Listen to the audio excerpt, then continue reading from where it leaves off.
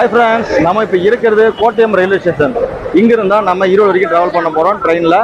வாங்க வீடியோக்குள்ளே போகலாம். ட்ரெயின் நம்பர் 12696 பிளாட்ஃபார்ம் நம்பர் 1 தான் வரப்போகுது. 8 மணிக்கு வந்து 8:05 புறப்பட போகுது. விசில் போர்டு சூப்பராக இருக்கு பாருங்க. திருவனந்தபுரம் சென்ட்ரலில் மாலை 5:15 புறப்பட்டு சென்னைக்கு அடுத்த நாள் காலையில் 10 மணிக்கு ரீச் ஆகும் இந்த Thiruvananthapuram Chennai central super fast express. இதில் வந்து நாம் கோட்டயத்தில் இருந்து ஈரோடுக்கு ட்ராவல் பண்ணியிருந்தோம்.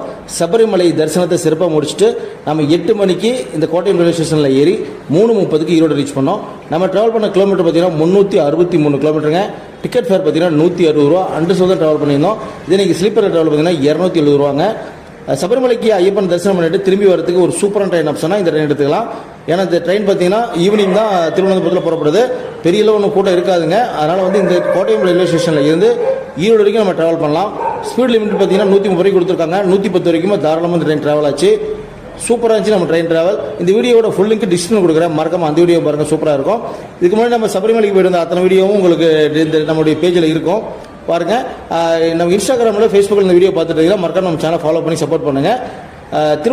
சபரிமலைக்கு போகக்கூடிய உங்கள் ஃப்ரெண்ட்ஸ் அண்ட் ரிலேஷனுக்கு இந்த வீடியோ ஷேர் பண்ணி விடுங்க, உங்களுக்கு யூஸ்ஃபுல்லாக இருக்கும். அடுத்த ஒரு சூப்பரான விளாக்ல உங்களை மீட் பண்ணுறோம்.